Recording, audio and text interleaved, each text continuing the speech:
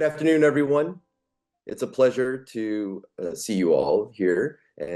Thank you for joining us in this first session of our pre-modern lecture series of the spring semester.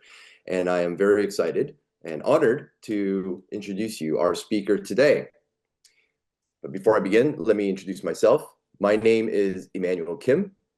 I am the Korea Foundation Kim Renaud Chair and Professor of Korean Literature and Culture Studies in the East Asian Languages and Literatures Department here at the George Washington University. And it's a pleasure to meet you all online, and welcome to the nation's capital. It's my pleasure to introduce our speaker today, is Dr. Isabelle Sancho, who earned her PhD from the National Institute for Oriental Languages, or INALCO, in Paris, followed by postdoctoral studies at the Korea Institute at Harvard University. She then worked at the Collège de France as a chair of the intellectual history of China. Currently, she is a historian at the National Center for Scientific Research and the director of the Center of Korean Studies at the School of Advanced Studies in the Social Sciences. She specializes in Confucianism and the intellectual history of pre-modern Korea, which she will talk about today. She is the author of 2 critical editions of works by 2 major Confucian scholars from the Joseon period. The bilingual French translation of 경명 요걸 by Yulgok Yi, and La Belle Lettre, an annotated translation of the prose works of Hwadam. And the latter work received the Association for Korean Studies in Europe Award in 2025. In 2025, she also published an essay in L'Atelier de Cahiers, consisting of a thematic introduction to Korean Confucianism titled Confucianism, Le Voie Coréenne, which is the title of her talk today. Confucianism, I believe, the Korean way. So please join me in welcoming Dr. Isabelle Sancho. So thank you very much for this invitation. I'm really happy to be able to present my book today, because I've presented it in several places, in several languages as well. But it's the first time in English. I mean, in my community of peers, if I may say so. So I'm very looking forward to get some feedback from you.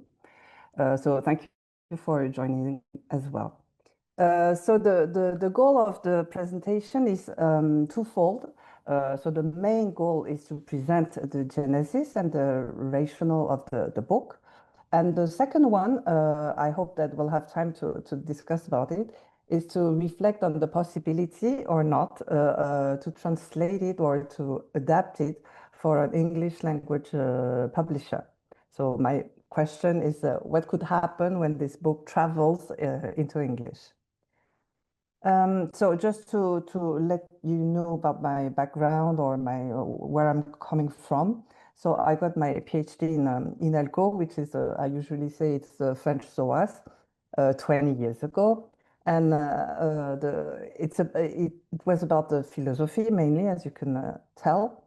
And then after that, for mostly 20 years, I've been focusing on several topics, but my main publications were translations, like critical editions. So the first one, as it was mentioned, is bilingual, because it's the first series in France to publish classics, I mean, East Asian classics written in literary Chinese, Hanmun. So I proposed the book, writing from Yulgok. And one thing that I just wanted to mention is that since then, and since the beginning of my, my career, I am quite renowned for the neuroses about the annotations. So that's my background, I mean, my way of studying, usually until this book, precisely.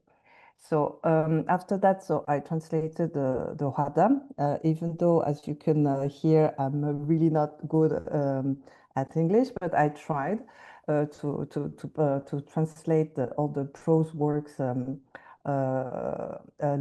by Seogyeong-do. And same, you can see the same obsession with the annotation.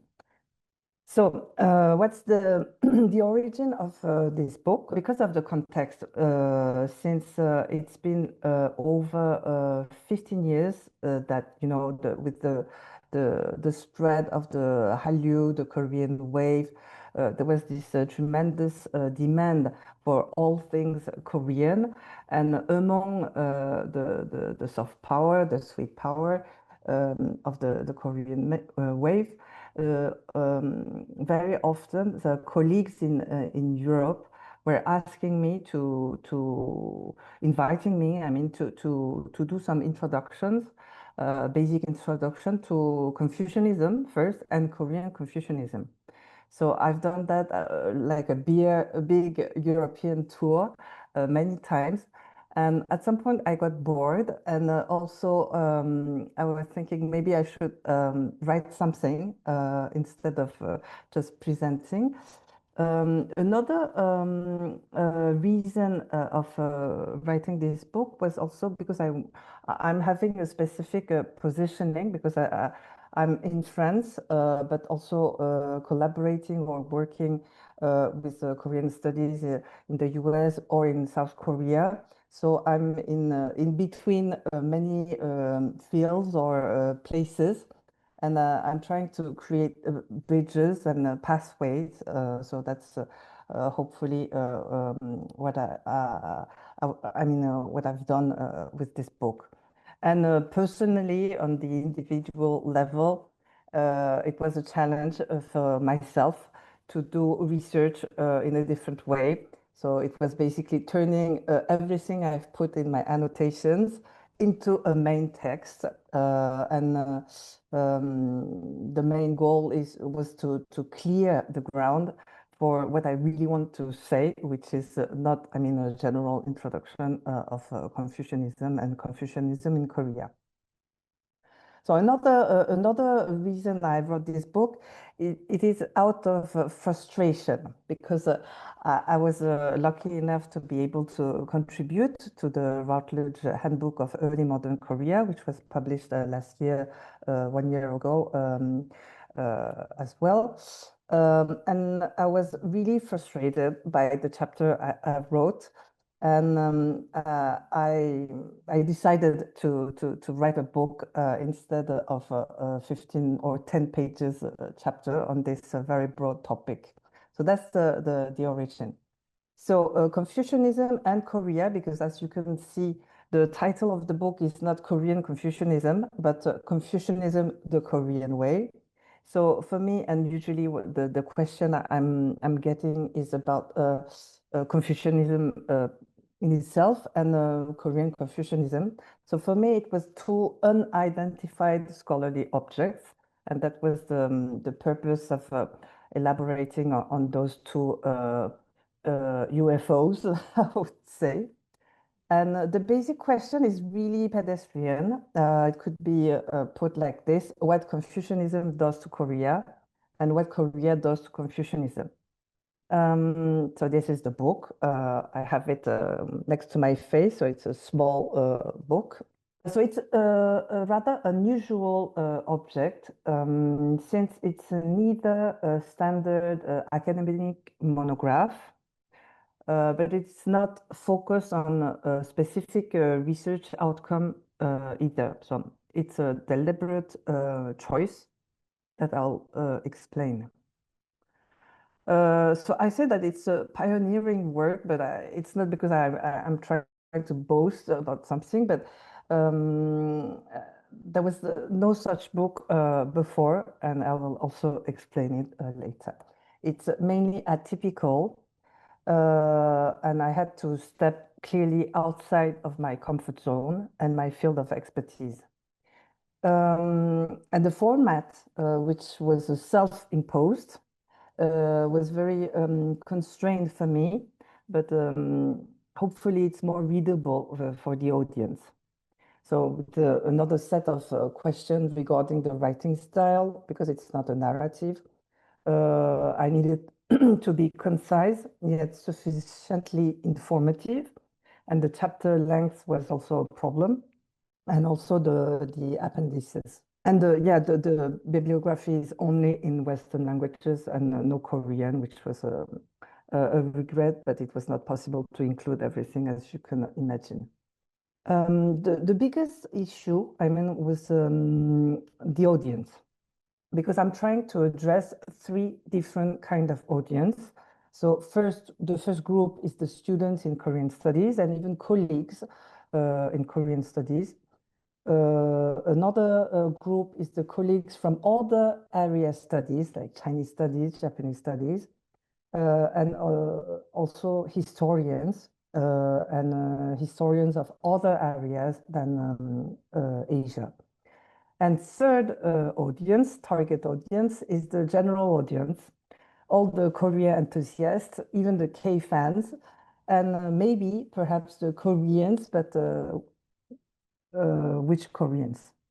So I've chosen the L'Atelier de Cahiers for two main reasons: the freedom of format, the price, and the distribution. Because it is the book is sold both in Korea and in France.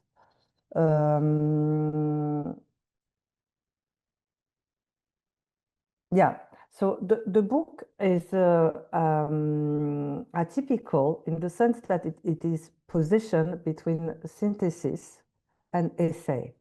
So it offers a broad synthesis of existing scholarship, but it's not a neutral overview. It's not, you know, a simple condensed Wikipedia, I mean, pages. So the synthesis aims to provide a framework, and but also there is a interpretation, my own interpretation, my own views on Confucianism and the history of Confucianism in Korea, which is present throughout the book, and not blatantly polemical most of the time, because I'm addressing some sensitive issues as well, and I do have a specific position on some issues.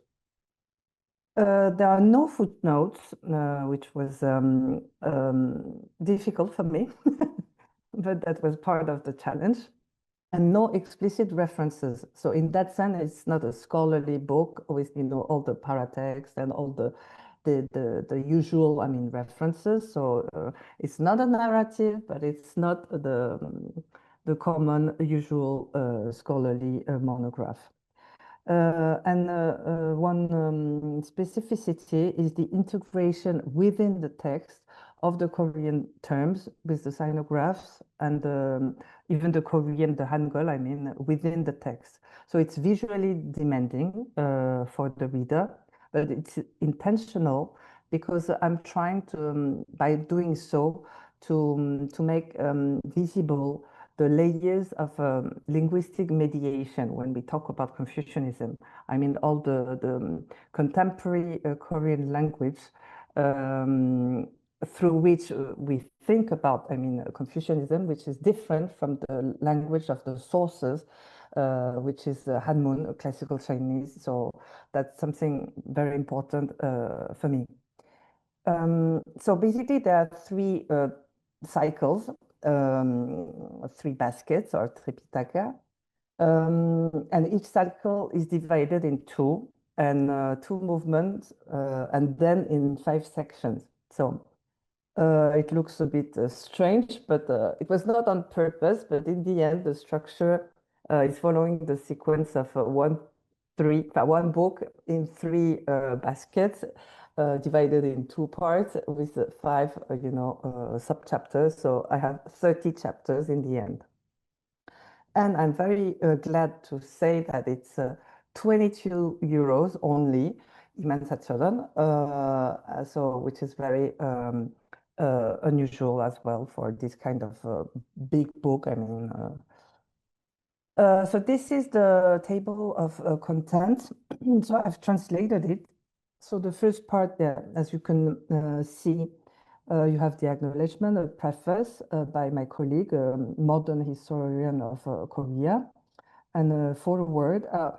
It's not an introduction; it's more like a foreword, and also you'll have the same the final words in the end. And I'm talking about a contemporary situation. So the whole book is not about contemporary Korea, but the introduction and the conclusion are dealing with contemporary issues and perspectives, and even the divide between North and South Korea on the topic. So the first cycle is called Fundamentals. So you see, like it's like a definition, basics about Confucianism and Neo-Confucianism. And that's why I said that the book is pioneering. It's only for this part, because usually there are, of course, books about Korean Confucianism, Korean history, in Korean, in English, but in every cases, the basics are not explained. So I've noticed that for students and for colleagues even, they needed the basic definitions of all this terminology regarding Confucianism. So the second movement, I've called it Korean acclimatization or acclimation. I don't know the English, right English translation, with the first part, which is frames, and the other part is the variations. So it's somehow like the reception and the Koreanization of the certain ideal and theoretical model. And these two part, I mean, this whole structure, you can say that it's Korean history seen through Confucianism. So it's rather factual. So the first part is more philosophical, I would say, and the second one is more historical, with all these themes going on. So I would say that the most important one in this part, fundamental, is the rights, the part on the rights. Even Buddhism and Confucianism as well, because this is something that is not explained usually. In this cycle, I would say that the Confucian kingship part is important, as well as all the part on ritualism, civilization, where I deal with literature as well, and localities, because it's a geographical, I mean, perspective on the history of Confucianism in Korea. Then you have the last part, which is basically all the hot potatoes. When we talk about Korea and Confucianism, so I've called it sensitivities, sensibilité. So I'm not sure it's the right word in English, but anyway. So you have the figures of the Korean Sunbi, like the iconic imaginary Sunbi, and the perspectives of the moderns. So here, as I said, I'm dealing with all the usual, bones of contentions, especially the part on ideology, philosophy, orthodoxy, Chinese civilization, judgments of history, and yeah, so it's a more thematic than the part before. And then you have a full set of appendices with a bibliography, of course, a nice map of Confucian academies made by colleagues, many indexes, a glossary, and schools and factions chart. I'll show you later. And the important part for me is the glossary of philosophical terms and the index of historiographical terms. So there are three periodization, three cycles. So the long, very long periodization with China, basically, like Confucianism in general, and then the focus on Korea. So it's mostly Joseon, but I'm also considering Korea as much as I can in order, to go beyond the Korea-Joseon divide. And then a short accelerated periodization with the mid-19th century to the mid-20th century, so the modern era. So the overall idea was to present the history of Confucianism in Korea both as a process, so that you can describe as a phenomenon factually, and then as a project or a world. Because my intention was to try to combine an ethic and an emic approaches in order to explain the success story of Confucianism in Korean history. And I think this is very important for the reader to have this overview. So since I only have like 5 minutes, yeah, I'll try to. So I tried in the book to avoid direct answers, like is it an ideology, a philosophy, a religion, or a tradition?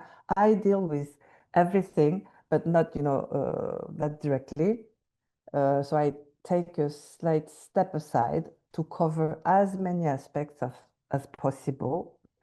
And I'm presenting the topic of Confucianism and Korea, the two UFOs, as a tangle of knots or a repertoire of problems and questions. So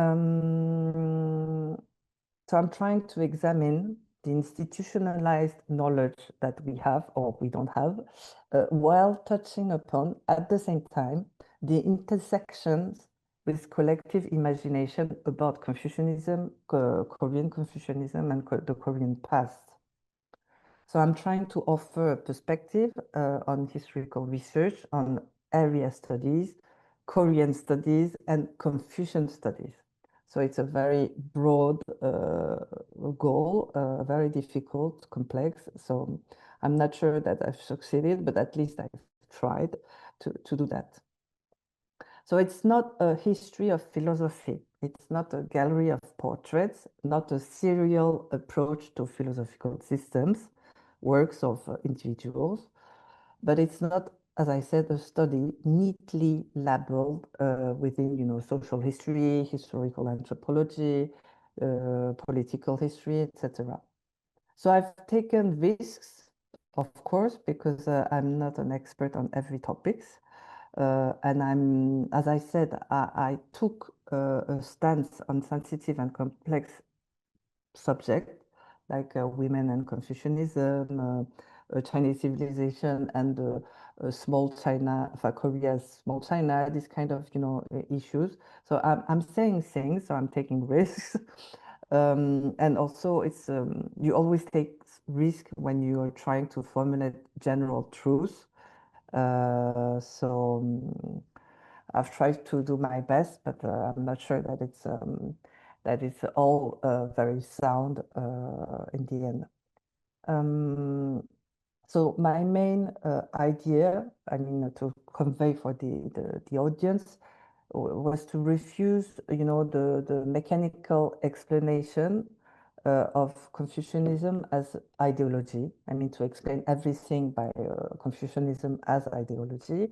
And conversely, I didn't want to have a purely materialistic explanation, ignoring the emic, the affective and sensitive dimension of adherence to Confucianism. So that was the challenge, to try to keep both sides, because I think that the topic of Confucianism in the Korean context, or in the context of Korean studies, there is always an emotional dimension, much more than in the Chinese studies, for example, or in the society. So I'll just show you because I don't have much time. So this is how the layout, inside the book, how it is done. So you can see there are some little summaries in the I don't know how to say that in English, on the sides. You have some parts in bold, and the sinograms, the Hangul, the translation with bracket and in French. Then the wonderful map done by my colleagues in Europe, I mean Vladimir Glom especially. And this is a map, I mean a trans-historic map locating all the sites of Confucian academies on the Korean peninsula. So I think it was quite telling and interesting to see. This is the index of historiographical words and notions, the philosophical glossary. And I took the first page because for Confucianism, you can see that there are like so many ways to say that in the sources. And this part was very interesting for me, the modern categories. So like even Asia, the Orient, national studies, to show that it's a modern terminology. And this is my attempt to summarize the factional strives and all the intellectual lineages. So thank you very much for your attention. Dr. Sancho, thank you so much. So to be clear, the book has not been translated into English yet. Yeah. So that's, I wish I could do that, but I know for sure because I've asked several colleagues in Europe and they were, it will be complicated because of the atypical format. And yeah, so that's why. So yeah, I would like to have your feedback about, is it interesting is there an audience for this kind of book? Yes. First, and second, which publisher?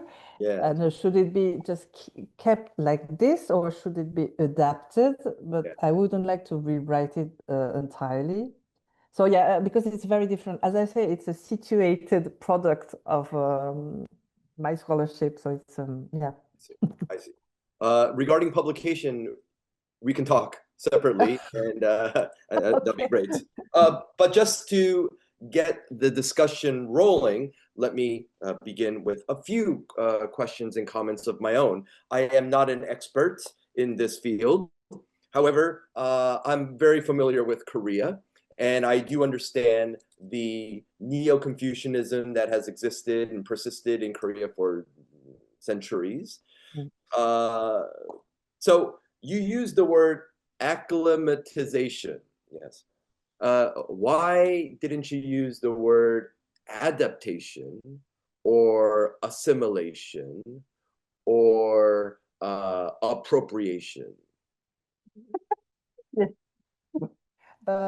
Yeah, precisely because I didn't want it to, to go too deeply into the question of appropriation, assimilation, because it's very complex. So I said acclimatization, just to say that it's like a climate. You put something, a seed coming from somewhere, and it's becoming something on its own. So it was a way to avoid, like very tacky, I would say, and complicated issues. But because it's not, the main purpose of the book, it's just to take Confucianism, Korea, and how to think about it. So yeah, acclimatization was hypocritical a little bit, but I didn't want to use reception, assimilation, Koreanization, because yeah, it's not so it was climate, the Korean climate, which hint to the social, aspect and cultural aspect, and yeah. That's really interesting. And you used sensitivities, the French sensibilité. What were you thinking of that word in Korean? And if so, what Korean word would be close to sensibilité? No, I was thinking in French. You were thinking. Yeah. Because uh, in this part, I'm talking about the sensitivities of the protagonist, the historical protagonist, but also ours as contemporary individuals, and also the Korean modernists, and even the Japanese colonialists. So that was the idea of the perception, the emotional, engagement of different actors or different players. So that in that sense, a sensibility, but it's not a Korean word or yeah. I see. So that it didn't begin with the Korean concept. It No, was. no, no, no, not at all. It's our gaze. I And, see. I see. So now that you said that, I want to ask an additional question regarding that. So how do you inform the reader through your book mm, on how to read it with their own sensitivity, coming from their own perspective? Because you wrote it in French, so mm, I'm assuming you were thinking of your French audience first. mm, But then, how do you address some of your comments, your definitions, your analysis in your book? How do you address the modern Korean contemporary scholar or readers, or even in the future American English-based readers? mm, mm, mm. How do you change your writing so Mm. that it is sensitive to the readers from their own gaze? So yeah, I'm trying to put in myself in their shoes, or because I'm part of them, I'm in the audience, because this book is the book I would have liked to read when I was a student. Yes, So, me but too. no, but it's because I have some obsession, some favorite topics. But anyway, but yeah, I'm trying to explain, but with the French mindset, or I would say, but using the terminology from the sources. So it's a bit heavy to read because you have the succession of all the notions, but I'm really explaining the original source language, and then the layer of the modern Korean scholarship as well, Mm, and maybe showing, but in plain French. I mean, it's I'm sharing my sensitivity about the yes, yes, topic. yes, yes, yes, yes. No, I mean, this is always a very difficult uh, part of writing works as a scholar, whether you're a European-based scholar or American-based scholar. When we're Mm, addressing the East, Korea, China, Japan, and yeah. we're dealing with those works, especially the works in the past, the European, Eurocentric, America-centric gaze is Mm, very important, and we have yeah. to be very mindful as Europeans or Americans on how we address these issues, right? Mm, mm, Because we've been Europe and America has been charged for being too Eurocentric, too America-centric mm, mm, for mm, so long, right? mm, And it's sort of dominated uh, our scholarship, and because mm, of that, it's been the center of our criticism, yeah. as you know.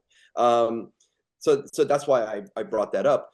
Now, let me address one of the questions that you asked in your presentation, but I didn't actually get a good answer from you. So I would like to take this time for you to answer it. And that is, why was Confucianism so successful in Korea?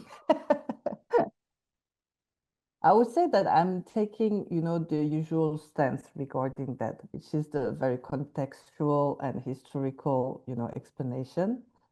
So it's the usual, the transition between Korea to Joseon and the need of the time, and it was a very, but the focus is not on the Song Confucianism, but rather because of the Mongol, period, and the systematic um,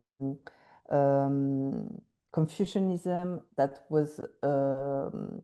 evolved from Song to Yuan, and the Yuan version was perfect for the Korea, late Korea. So it's not the same about anyway. So I'm taking the contextual explanation of why it was needed for the elite or whatever. I'm also talking about the elite and the Yangbanization and etc. But the the new thing, I mean, what I'm trying to do is also to mix it with the conviction, the Korean scholars' conviction that this was a project, a civilizational project, which was worth trying, worth implementing, and then take the Korean way. I mean, the Korean route. I mean, just separate. And yes, like a challenge and a project. So that's why I say it's a process we can describe with many, many explanations, and a project which is, yeah, idealistic, philosophical, intimate, and the intimate dimension is very important in my sense, to understand how it lasted that long, at least for a small portion of the population, a tiny portion, but still it matters because all the sources we have from those periods were written by these guys. So, Yeah, yeah, absolutely. Yeah. And the fact that it lasted for centuries, right? yeah. Mm. Quite remarkable. You, in passing, mentioned collective imagination for the Koreans. That is a very powerful statement. What can you explain a little bit more about that collective imagination? Uh, and what were you trying to say regarding that? Because I want you to say it first, and then I will see if I heard you correctly. So please, collective imagination. Yeah, yeah. It was I'm dealing with it in the intro and the conclusion of the book, because saying that it was very polarizing topic, Confucianism, for Koreans and for Korean society. That North Korea made peace with the topic, saying this is bullshit, basically. But for South Koreans, it's com complicated relationship. So it can be very positive, but very negative. And there is this binary vision inherited partly from all the history in the 20th century and the colonial vision and transformation of Korean Confucianism. So that's what I was saying, and also the focus on national heroes in South Korea, who are all Korean. I mean, Sunbi. Mm, So I think the Korean version of Confucianism is the focus on the Sunbi, as mm, it's different from, I mean, other tradition, and there is this idea of it's a grandpa. mm, We are proud of him, but at the same time we hate him because he's responsible, for the terrible fate of Korea in the 20th century.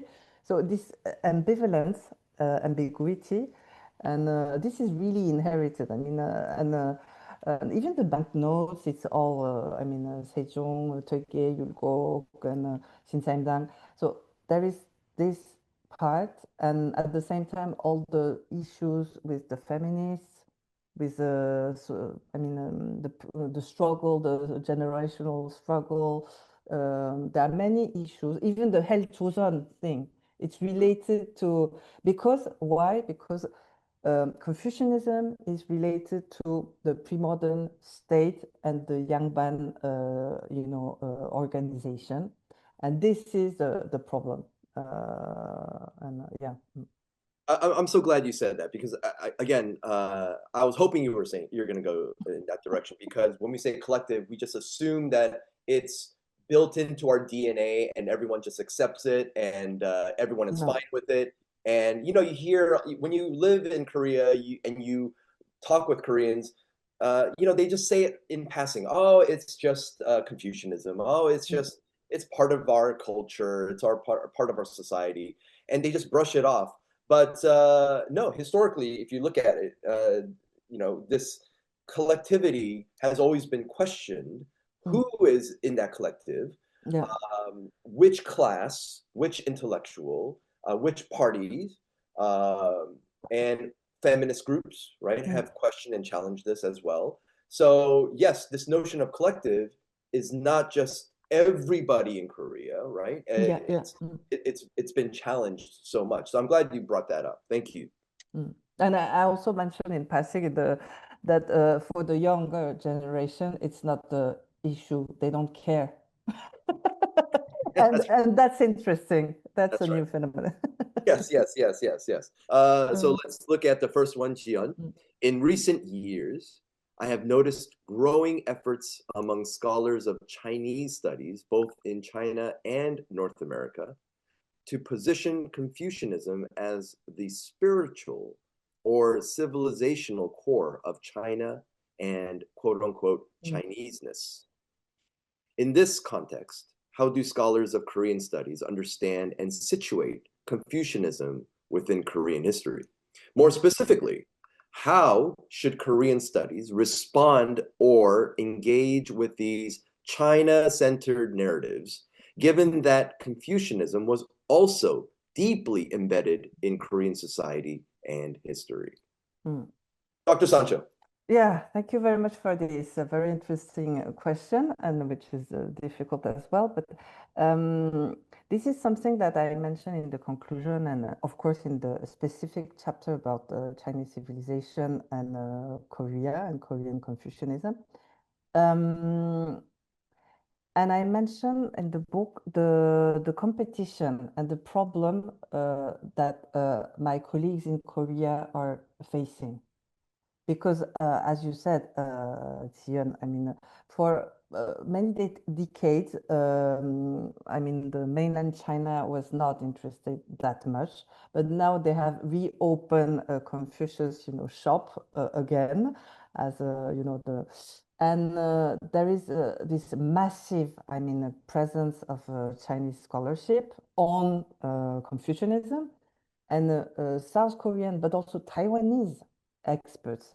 They are slightly threatened, uh, and they try to discuss. This is a huge issue. I mean, so usually the answer taken by Koreans, the historian, because it's divided. Confucianism, it's studied either by historians who would do like social history, institutional, political, or very serious scholarship, and then you have the philosophers or the Confucian studies specialists around Songyong and this. And these people, and this is something that I'm not criticizing totally, but still questioning in the book, is the focus, the overemphasis on the philosophical aspect of Korean Confucianism. And the competition lies exactly there. Because you can talk about the context, the historical context, but it's limiting. So the battlefield is philosophy, and having Korean Confucianism acknowledged as a contribution as a philosophy. And in my sense, this is a problem because it's not what Confucianism was in chosen period. It was, of course, a philosophy, but not only, and we shouldn't reduce it to it. So yeah, this is a tentative answer to your question, but yeah. And I'm going to go to the third question, which I think is somewhat connected to the first question. There are two powerfully different and opposing perspectives on Confucian thought in East Asia. One as a force for the maintenance of social hierarchy, another, mainstream and vernacular versions, and the other, a vision of Confucianism as a driver of social transformation of orthodoxies through the centrality of merit. Mm. And this person provides some examples: Lee, DeBerry, Oyumi, etc. How do these traditions appear in your work? Mm. Thank you. Uh, uh, these two perspectives are present in the book together. So as I said, I don't quote specific scholar or specific, but for people who are in Asian studies or in Korean studies, you can read between the lines who I am referring to. But yeah, I'm trying to keep the two perspectives. So in the sense explaining, yeah, it was a tool, ideological tool for some reasons, but also it can be the impulse for the change and everything. So yeah, I'm keeping the two perspectives together. Yeah, so that's really interesting. This question is really interesting. So, I think most people who know Korea would say maintenance of social hierarchy is definitely a very Confucian idea, right? This notion of order, respect, and whatnot, right? This kind of social hierarchy is very clear in Korea, even today. But social transformation, how do you see Confucianism as something that is socially transformative? In the book, I'm arguing that the Confucianism was perfect for the pre-existing logics, because I'm taking the image of the marqueterie.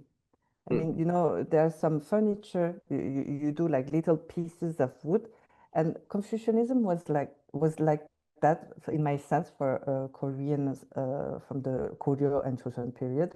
They would cherry pick some aspects and reshape something new. So because there are some logics that can be explained socially, economically, and even in the I mean the regional context. I mean of this period, but at the same time there is always this reference to the same principles, the basics that I'm explaining in the first chapter. And that's why I said that one of the most important chapter in the book is the chapter about the rites and ritualism. And it's a running thread through the book. I talk about the political ritualism and ritualism and the real meaning of ritualism, which is not simply like maintaining hierarchy and distinguishing between the things. And yeah, so yeah, it's a very subtle, complicated thing, but that's my view. I mean, on the issue. Okay, and the last one, Namlin Her writes, wonderful introduction of your book, Professor Sancho. Congratulations of your new book. I can see your book at Gyobo website. Good. 24,000원, not a bad deal. Yes, yes. 22 euros, very, very cheap. And I think it would be absolutely wonderful if we could see both English and Korean translations. Just one question. When you deal with schools and factions in your book, I am wondering how you try to interpret the divisive and factional nature of Confucian ideas and values in the context of Joseon Korea. Any comments on Korean characteristics? Thank you very much for this set of a very difficult question and reaction. Um, Factions and schools. Yeah, I've devoted a whole chapter on it because I'm taking this issue through historiography.